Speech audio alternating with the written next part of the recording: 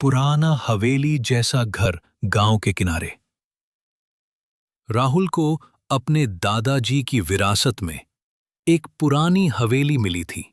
शहर की भीड़ से दूर गांव में बनी ये हवेली सुनसान थी।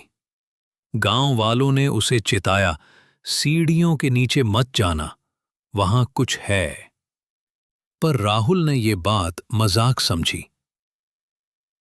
हवेली बहुत बड़ी थी, लकड़ी की सीढ़ियां, चूने से गिरती दीवारें और हर कमरे में एक अलग तरह की खामोशी।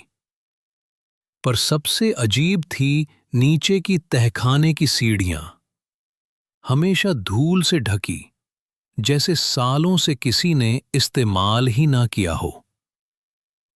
पहली रात सब कुछ ठीक था, लेकिन आधी रात को सीढ़ियों के पास से आवाज आई, खर खर, जैसे कोई नीचे चल रहा हो।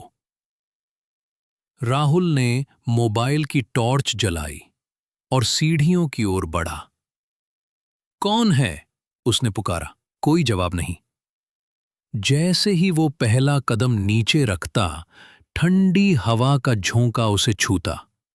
टॉर्च की रोशनी धीमी होने लगी। सीढ़ियों पर पुरानी खून की छींटों जैसे निशान थे जो नीचे की ओर जाते थे। नीचे तहखाने में एक पुराना लकड़ी का दरवाजा था, आधा खुला। भीतर से धीमी फुसफुसाहटें आ रही थीं। तू वापस क्यों आया? तू भी यहीं रहेगा। राहुल ने दरवाजा खोला। भीतर कुछ नहीं था, सिवाय एक पुरानी कुर्सी पर बैठे एक सड़े हुए कंकाल के, जिसके हाथ में वही घड़ी थी जो राहुल के दादाजी पहनते थे। अचानक दरवाजा जोर से बंद हुआ। टॉर्च बंद हो गई। अब सिर्फ अंधेरा था और वो आवाज, अब तू भी यहीं रहेगा, हमेशा। अगले दिन गांव वालों ने हवेली के पास एक नई ताजी मिट्टी की गंध महसूस की। सीढ़ियों के नीचे से दरवाजा बंद हो गया और अब वो गायब है। एक हफ्ते बाद गांव में एक नया परिवार आया। नीलम, उसके पति अर्जुन और उनका 8 साल का बेटा रियांश। उन्होंने हवेली को किराए पर लिया। गांव वालों ने फिर चिताया, सीढ़ियों के नीचे मत जाना, राहुल अब तक नहीं मिला है। पर अर्जुन ने हंसते हुए कहा, भूत भूत कुछ नहीं होता, ये सब गांव की कहानियां हैं। पहली 2 रातें बिल्कुल सामान्य थीं। हवेली में नीलम ने साफ सफाई की और रियांश हवेली के चारों ओर खेलता रहा।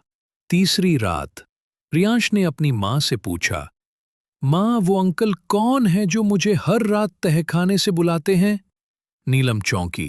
कौन अंकल? वो कहते हैं, रियांश नीचे आओ, तुम्हारे लिए एक तोहफा है, राहुल अब अकेला है। उस रात नीलम को नींद नहीं आई।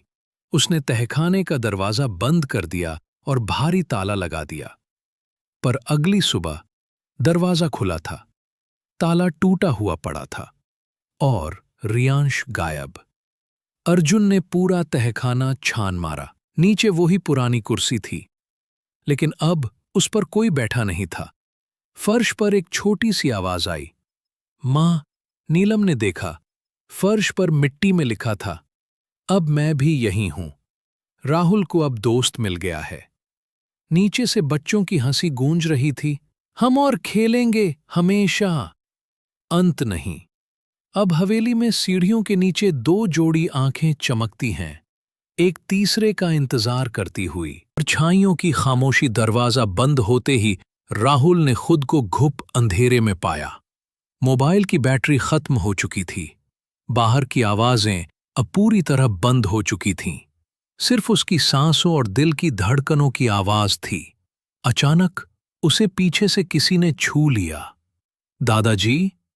राहुल की आवाज कांप रही थी, पर जवाब सिर्फ एक सिसकी थी और एक परछाई जो धीरे धीरे उसके सामने आकार लेने लगी। उस परछाई ने कहा, तुम मेरी गलती का बदला हो। मैं जिसे नहीं बचा सका, अब वो मुझे लेने आया है।